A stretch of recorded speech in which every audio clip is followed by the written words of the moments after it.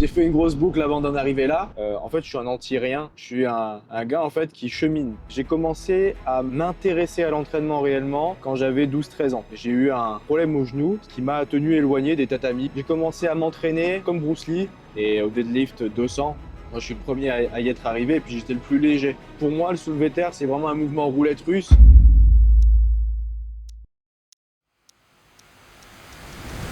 J'ai fini par exploser, ça m'a fait mal, j'arrive pas à dormir, j'arrive plus à me concentrer, je fais que me blesser.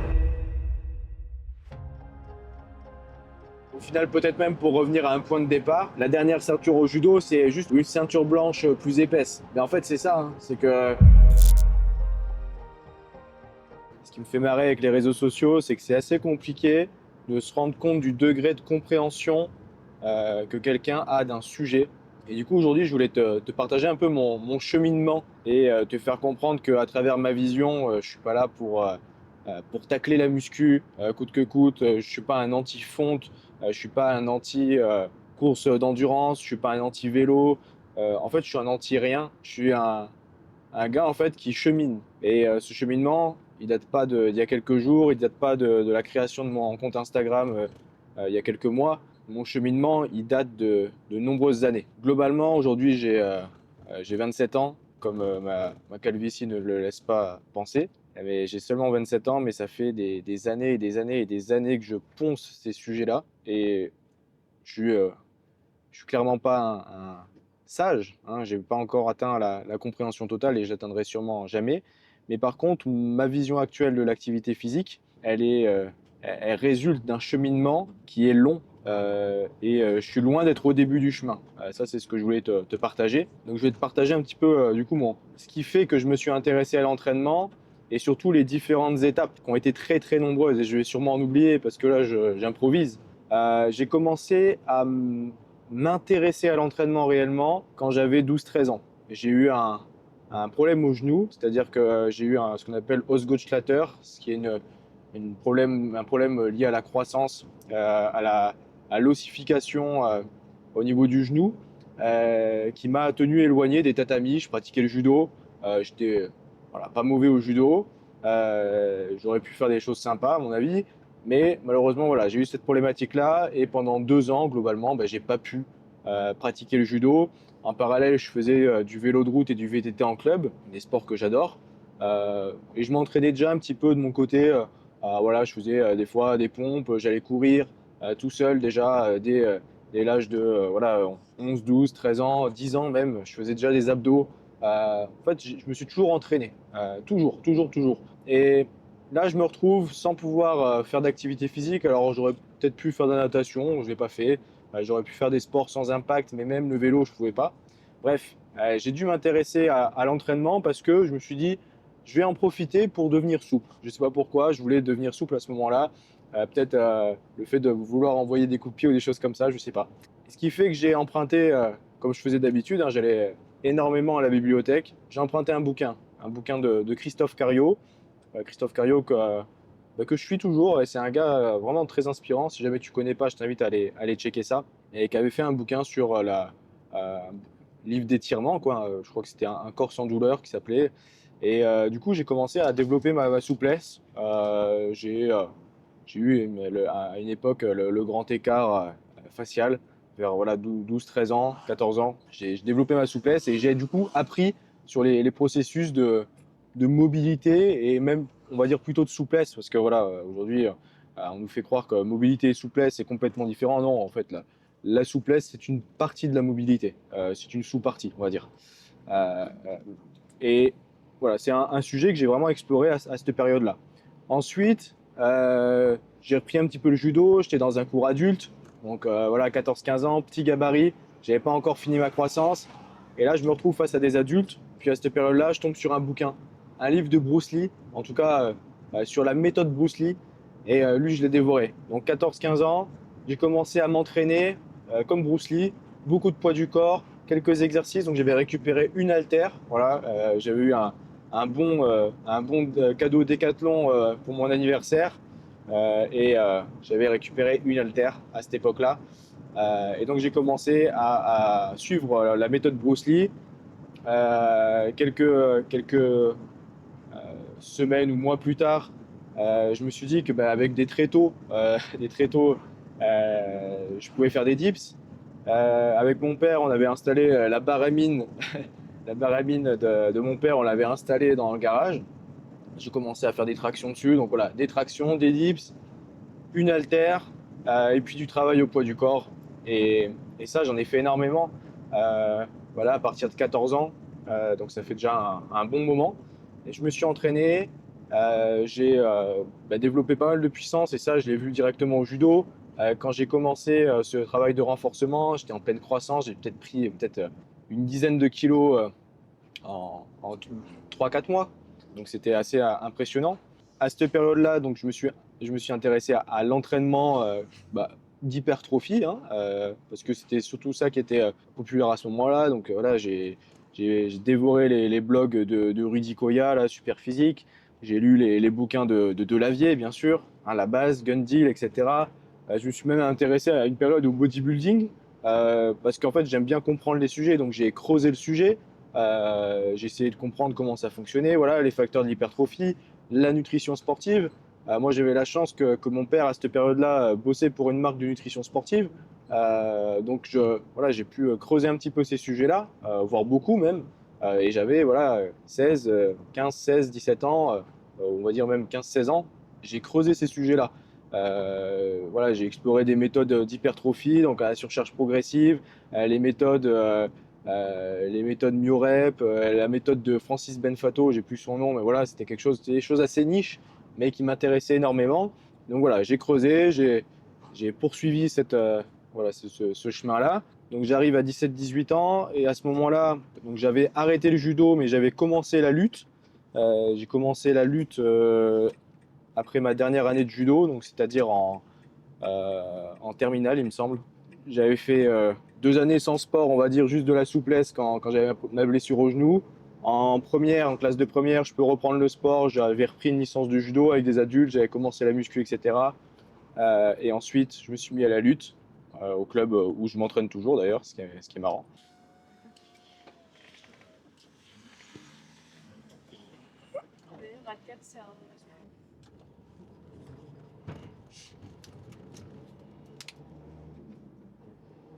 Donc à ce moment-là, voilà, j'ai commencé la lutte en terminale, avec quand même un gros background de judo, hein, des années et des années de judo.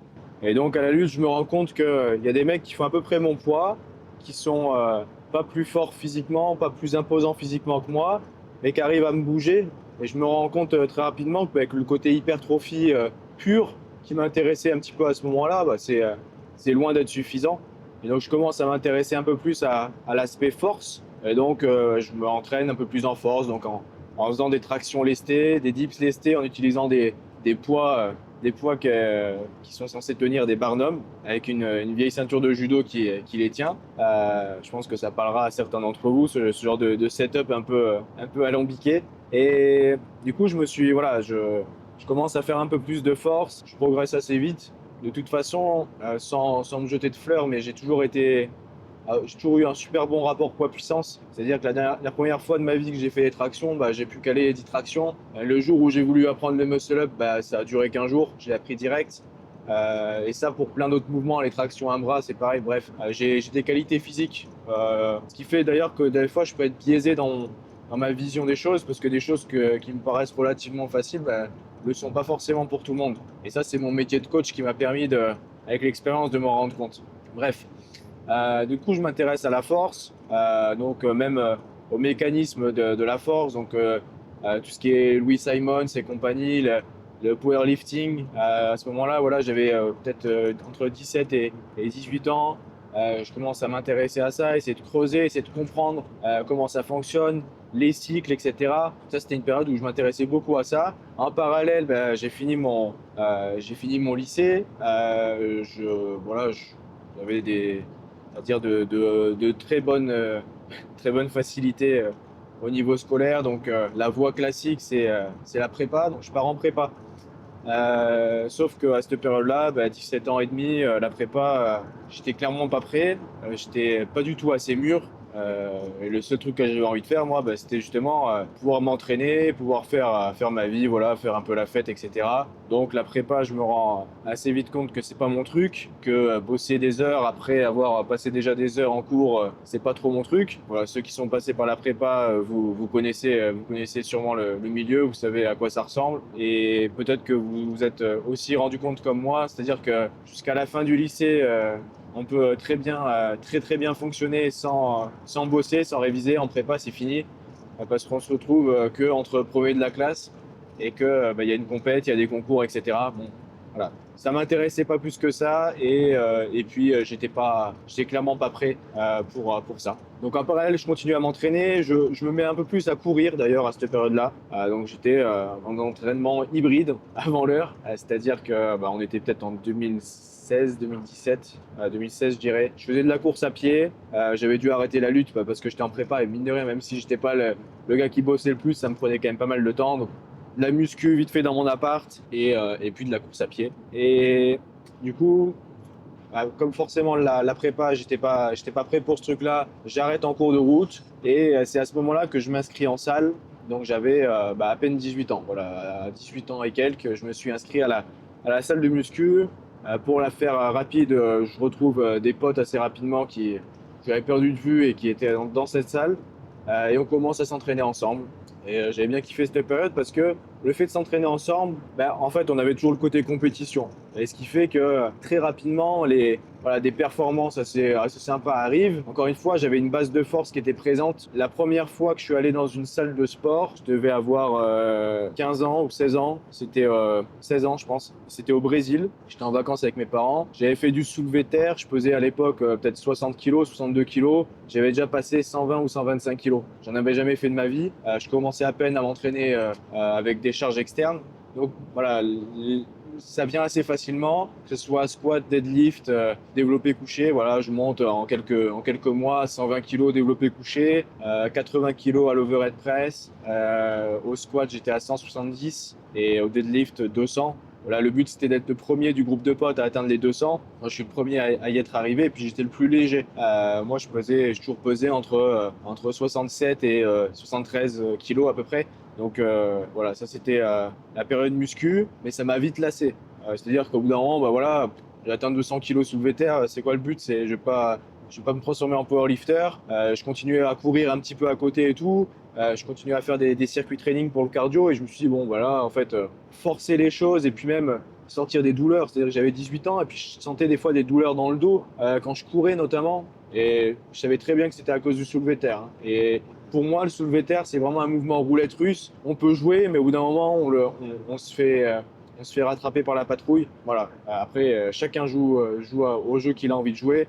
Moi, j'ai pas joué longtemps et j'en suis très content aujourd'hui. Et à cette période, j'ai un ami à la salle qui fait partie de l'équipe de rugby de ma ville et qui me sollicite, qui me dit allez vas-y t'es costaud, on s'est déjà entraîné ensemble, viens au club de rugby. Donc à cette époque-là j'ai fait une saison de rugby en Fédéral 3, je jouais à l'aile, oh, c'était sympa. Et en fait ça m'a sorti de la salle un peu, et ça m'a remis dans le sport. À ce moment-là, j'étais à la fac, j'ai commencé à m'intéresser du coup plus au côté puissance, développement de la puissance pour le rugby. Et je suis tombé sur un bouquin qui m'a marqué de ouf. Moi, après ma prépa, je suis parti en fac d'économie, droit éco-gestion. Et en fait, je me surprends sur les bancs de l'université d'économie à lire un bouquin qui avait rien à voir, qui était la Bible de la préparation physique de Didier Reiss, un livre que je conseille à tous les gens qui veulent avoir une vision d'ensemble, parce que ce livre, il est vraiment, c'est une bible, il y a tout dedans. Alors c'est pas parfait,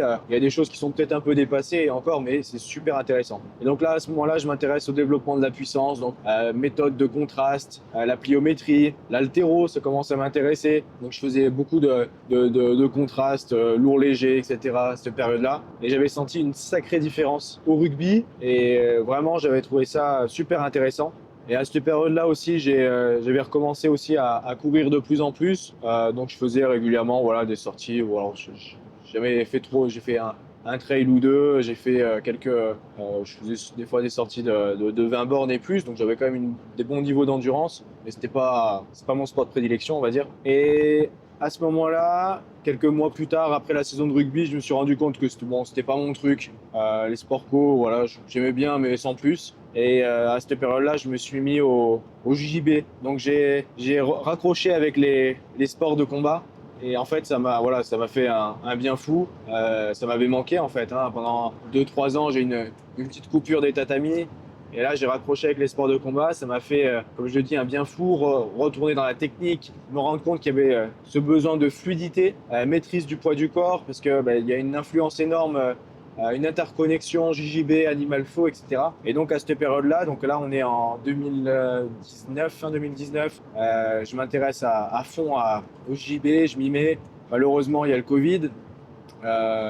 Et c'était une période en plus où je me cherchais. C'est-à-dire que j'avais arrêté la fac d'éco, j'étais perdu. Toute ma scolarité, tout roulait super bien, c'était facile, etc. Là, je me retrouve à pas me sentir à ma place. Je me posais beaucoup de questions à cette période-là. J'ai testé des trucs, voilà, j'hésitais avec l'armée, j'ai fait des stages en mécanique, dans l'immobilier. Bref, je me suis cherché à mort. Je me suis réinscrit sur Parcoursup. Et je me rappelle à l'époque, j'avais mis des facs d'histoire, j'avais mis de la coutellerie et j'avais mis STAPS. Et du coup, l'année où je reprends le JB, quelques mois plus tard, c'est d'ailleurs pendant le Covid, je suis accepté en STAPS. Et donc là, en fait, de manière assez évidente, la voie du sport que j'avais un peu ignoré, que j'avais sous-estimé et que j'avais un petit peu dénigré même, en me disant ouais que le physique c'est bien mais qu'il y a pas c'est pas que ça, il y a pas que ça qui compte, etc. Là je me suis retrouvé dedans, voilà, en STAPS. C'était super intéressant. Au final, alors j'ai pas appris énormément de choses en STAPS parce que il y a beaucoup de choses qui se recoupaient avec des choses que j'avais lues auparavant, des vidéos que j'avais regardées, des podcasts. J'ai lu et regardé des centaines d'heures de podcasts. J'ai lu des dizaines de bouquins, etc. sur le sujet, mais voilà. On va dire que STAPS, au moins, je faisais du sport et ça m'a fait un bien fou. Toujours en parallèle, les sports de combat, donc JB, boxe anglaise. J'ai fait une saison là quand j'étais sur ma première année de STAPS. En STAPS, je vois que voilà, le fait de pratiquer plein de sports, ça me fait du bien. Je suis à ma place, donc on avait fait du 800 mètres. Ça m'avait bien plu, le 800. On faisait de la gym, bon bref, on faisait tous les sports, hein, c'est STAPS. Et donc petit à petit, je précise ma vision. Je m'intéresse aussi au côté neuro, donc les neurotypes qui avaient été développés à la fois par Poliquin et Thibaudeau, donc j'étais à fond là-dedans. À ce moment-là, j'étais vraiment dans une vision prépa physique, un peu à l'américaine, avec l'inspiration Thibaudeau, Poliquin, un peu à la NFL ou NHL. Ça m'intéressait beaucoup. Et au bout d'un moment, en fait, j'étais aussi dans le toujours plus. C'est-à-dire qu'en plus de ça, je faisais beaucoup de zone 2 parce que c'était peut-être 2020, 2021, c'était le début de tout ce qui est mise en avant de la zone 2. Donc voilà, je m'intéressais à fond à ça. Je faisais énormément d'endurance fondamentale. Je le faisais à jeun aussi pour améliorer mon utilisation mon utilisation des lipides. Donc voilà, c'était une période où j'en faisais beaucoup. Je faisais des sports de combat, je faisais du judo, je faisais de la lutte, je faisais du sambo, sambo combat, je faisais du grappling, je faisais un peu de MMA aussi. Donc voilà, au bout d'un moment, j'ai fini par exploser et je me retrouve en surentraînement total en fait. Je me retrouve en surentraînement vers la fin, vers ma dernière année de STAPS, surentraînement total. Mon médecin du sport me dit que là, il va falloir que je me calme tout de suite, que j'arrête pendant 2-3 mois parce que j'arrive pas à dormir, parce que j'arrive plus à me concentrer, parce que je fais que me blesser. Donc ce surentraînement, je me suis pris dans la gueule, ça m'a fait mal. Je commençais à m'intéresser énormément au système nerveux, forcément, et je me suis rendu compte de l'importance de l'équilibre entre le sympathique et le parasympathique. Et d'ailleurs, c'est un truc qui m'intéresse énormément. Mais à cette période-là aussi, c'est la période où j'ai arrêté STAPS, c'est-à-dire que j'étais en master à ce moment-là, en master STAPS, et j'étais pas à ma place. Je commençais à sentir qu'on était trop dans la branlette intellectuelle. C'est-à-dire que le monde de la recherche, pour moi, c'est trop orienté. On trouve ce qu'on a envie de chercher et il y a trop de biais, que ce soit les cohortes, que ce soit le matériel utilisé, que ce soit, encore une fois, les préconceptions du chercheur. Bref, ça m'a pas plu et il fallait que je sorte de là. Et j'ai eu une opportunité par le biais d'un pote d'intégrer une grosse boîte de coaching en ligne. Ça a été, on va dire, le début de mon activité de coaching en ligne. Je coachais déjà en parallèle. Je ne vais pas tout te raconter, ça serait trop long. Mais je coachais déjà des gens voilà, en physique et en club d'ailleurs.